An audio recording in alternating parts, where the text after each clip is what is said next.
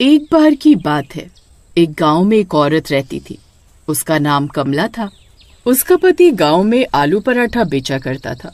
फिर एक दिन उसकी किसी कारण मौत हो जाती है और कमला अकेली पड़ जाती है। उसके पति ने जितने भी पैसे जोड़े थे वो सब अब खत्म हो जाते हैं। हे भगवान, अब तो सारे जोड़े हुए पैसे भी खर्च हो गए। अब मैं घर खर्च कैसे चलाऊंगी? लगता है अब मुझे ही आलू पराठे की रेहड़ी लगानी होगी। लेकिन मेरे पास सामान खरीदने के तो पैसे ही नहीं है। फिर वो उधार में आलू खरीदने के लिए सब्जी मंडी जाती है। अरे भाई साहब, क्या आप मुझे 10 किलो आलू उधार दे सकते हो? मैं जल्दी आपका पैसा चुका दूंगी। अरे नहीं नहीं, उधार नहीं दे सकता। हर जगह बाढ़ आने की वजह से मंडी में आलू वैसे भी बहुत महंगा हो गया है। कमला बहुत सारे व्यापारियों के पास जाती है, लेकिन उसे कोई भी उधार में आलू नहीं देता। फिर वो परेशान होकर गांव वापस लौट रही होती है। कितना अच्छा होता अगर हमारा खुद का एक खेत होता। मैं खुद के आलू उगा लेती, बाहर से खरीदने भी नहीं पड़ते और मुनाफा भी ज्यादा होता। तभी कमला की नजर एक खंडहर के आगे खाली पड़ी जगह पर पड़ती है। वो जगह बहुत उपजाऊ दिख रही होती है, खेती के लिए एकदम सही। अरे एक काम करती हूँ, इस खाली जगह पर ही आलू उगा देती हूँ। वैसे भी यहाँ कोई आता जाता तो है नहीं। कुछ ही दिनों में मेरे पास बहुत सारे आलू हो जाएंगे। एक बार मेरा काम धंधा चल गया तो फिर मंडी से आलू खरीद लूंगी। फिर यही सोचकर कमला उस खाली जगह के लालच में आकर वही आलू की खेती करने लगती है। लेकिन उसे ये नहीं पता था कि जिस जमीन पर वो आलू उगा रही है वो जगह श्रापित है। फिर कुछ ही दिनों में बहुत सारे आलू उग जाते हैं, लेकिन कमला जब भी कोई आलू तोड़ती तो आलू की जड़ में खून लगा होता। अरे ये खून कैसा है? जब भी कमला कोई आलू तोड़ती तो उसकी जड़ से खून आने लगता। हे भगवान, ये क्या चक्कर है? हर आलू के साथ खून क्यों आ रहा है? अरे छोड़ो, कोई बात नहीं, इन्हें अच्छे से पानी से धो दूंगी, किसी को क्या ही पता चलने वाला है। फिर कमला खेत के सारे आलू तोड़कर अपने घर ले आती है और उन्हें पानी से धो लेती है। फिर अगले दिन से वो आलू पराठे की रेहड़ी लगाना शुरू कर देती है। आलू पराठा खा लो, 5 रुपए में 2 आलू पराठा, आओ आओ जल्दी आओ, सबसे सस्ता यही पाओ। इतना सस्ता आलू पराठा देखकर उसकी दुकान के आगे लाइन लग जाती है। अरे वाह वाह, आज तो मजा ही आ गया, इतने सारे लोग, वाह वाह वाह। फिर आसपास की रेहड़ी वाले सोच में पड़ जाते हैं कि ये इतना सस्ता आलू पराठा कैसे बेच रही है। पहले ही दिन कमला की बहुत अच्छी कमाई होती है, लेकिन उसे क्या पता था कि उसके आलू पराठे की वजह से पूरा गांव तबाह होने वाला था। फिर आधी रात होते ही अरे बहुत दर्द हो रहा है। अरे क्या हुआ जी?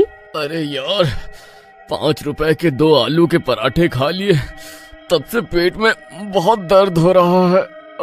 तभी सुरेश के शरीर का तापमान बहुत बढ़ जाता है और उसका चेहरा लाल हो जाता है। तभी उसके दांत और नाखून लंबे होने लगते हैं।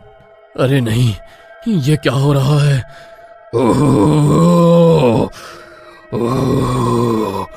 तभी सुरेश डरावनी डरावनी आवाजें निकालने लगता है।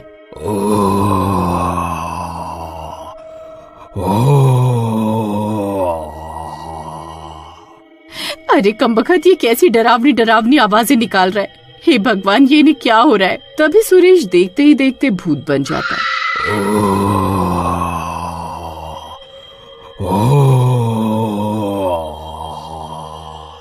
उसकी पत्नी की हालत खराब हो जाती है। अरे मर गए रे, ये इन्हें क्या हो गया? ये तो भूत बन गए। मुझे भूख लगी है, मुझे आलू पराठा खाना है। जल्दी मुझे आलू पराठा लाकर दे, नहीं तो मैं तुझे खा जाऊंगा।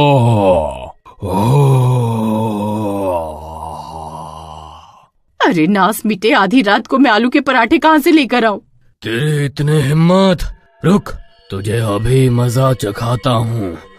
तुझे खाकर अपनी भूख मिटाऊंगा। अरे भागो रे, अपनी जान बचाकर भागो। ये नास मिटा तो मुझे खाने की बात कर रहा है।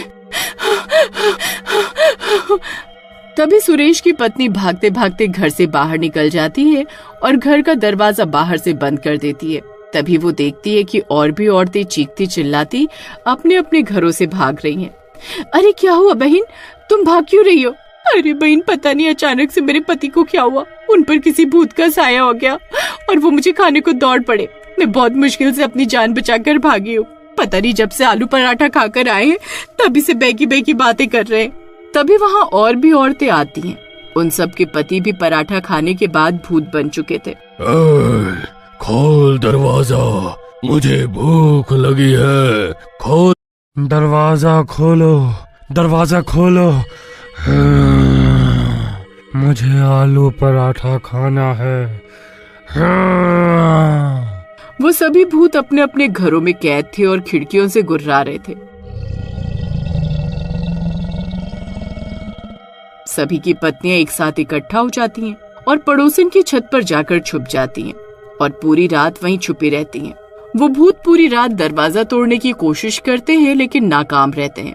तभी सुबह होने पर सुरेश के घर दूध वाला आता है। दूध ले लो, दूध वाला। अरे आज सुनीता भाभी दरवाजा क्यों नहीं खोल रही? सुनीता भाभी, अरे दूध ले लो। अरे ये दरवाजा तो बाहर से बंद है। एक काम करता हूँ, दरवाजा खोलकर दूध अंदर रख देता हूँ।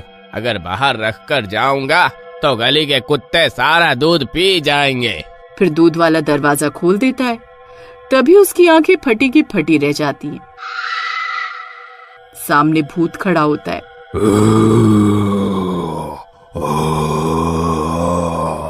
अरे मर गए रे। अरे अरे ये क्या चीज है भाई? अरे भूत जी, मैं तो दूध देने आया था। अरे मुझे माफ कर दो। फिर दूध वाला दूध के कनस्तर वहीं फेंककर वहां से उल्टे पैर भागने लगता है। अरे मर गए रे। अरे ये भूत कहाँ से आ गया?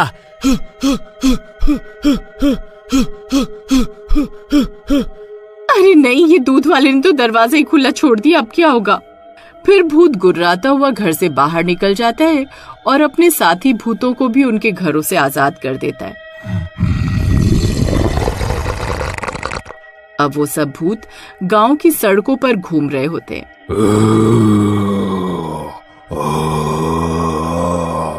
अरे सुनीता बहन, अब क्या होगा? ये कमबख्त सारे भूत तो आजाद हो गए। तभी कमला भी अपनी रेहड़ी लेकर घर से निकल पड़ती है। कल तो मजा ही आ गया, बस आज भी कल जितनी कमाई हो जाए तो मजा आ जाएगा। फिर कुछ देर में कमला भी अपनी जगह पहुंच जाती है और रेहड़ी लगाकर ग्राहकों को आवाज देने लगती है। आओ आओ, आलू पराठा खाओ, 5 रुपए के दो, इतना सस्ता और कहीं नहीं मिलेगा। जल्दी आओ और जल्दी पाओ। तभी वो सारे भूत कमला की रेहड़ी के पास आ जाते हैं। उन्हें देखकर कमला के होश उड़ जाते हैं। अरे मर गई रे, ये इतने सारे भूत कहाँ से आ गए? हाय, अब मैं क्या करूं? ओ कमला, जल्दी से आलू पराठा खिला। मैं कल रात से इसे खाने के लिए तड़प रहा हूँ।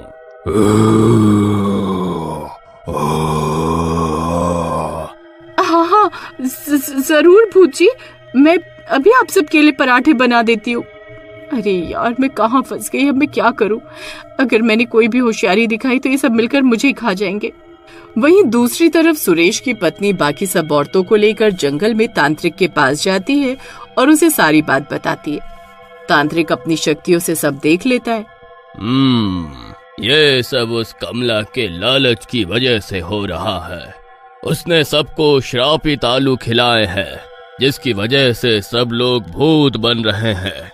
तुम औरतों को मेरा एक काम करना होगा। फिर तांत्रिक उन औरतों को अपनी तरकीब के बारे में बताता है। वहीं दूसरी तरफ भूत कमला की रेहड़ी पर पराठे बनने का इंतजार कर रहे होते हैं। कमला, जल्दी पराठा बना, नहीं तो तुझे ही खा जाएंगे। आज का दिन ही खराब है, एक तो बोनी भी नहीं हुई, ऊपर से नास पीटे भूत फ्री का खाना खाने आ गए। तभी वो औरतें दबे पांव आती हैं और कमला की रेहड़ी के पास रखी आलू की बोरी को उठाकर भागने लगती हैं। भूत ये देखकर हैरान रह जाते हैं। बेवकूफ औरत, ये आलू की बोरी कहाँ लेकर जा रही है? रुक। अरे सुनीता बहन, जल्दी भागो, ये कमबख्त भूत हमारे पीछे ही आ रहे। अरे मैं तो लुट गई, बर्बाद हो गई, मेरे तो आलू ही चोरी हो गए। फिर कमला भी उन औरतों के पीछे भागने लगती है। फिर वो सब औरतें भागती हुई तांत्रिक के पास पहुंचती हैं। वहां तांत्रिक ने हवन तैयार किया होता है। उसमें आग जल रही होती है। तांत्रिक बाबा, आपके कहने पर हम सारे आलू ले आए हैं। बहुत बढ़िया, जल्दी से ये सारे आलू इस हवन कुंड में डाल दो। फिर सुनीता आलू की बोरी को हवन कुंड में डाल देती है। आलू जलते ही वो सारे भूत तड़पने लगते हैं। अरे ये तूने क्या कर दिया? फिर देखते ही देखते उन सब आदमियों से भूत का साया हट जाता है और वो सब ठीक हो जाते हैं। अरे वाह वाह, मैं तो ठीक हो गया। कमला, ये तुमने ठीक नहीं किया। तुम्हें उस खंडहर के खेत से दूर रहना चाहिए था। जी मुझे माफ कर दो, मेरे लालच की वजह से ये सब हुआ है। मैं आगे से ऐसा कुछ नहीं करूंगी। फिर कमला सबसे माफी मांगती है और मेहनत करके अपना आलू पराठे का काम चलाती है।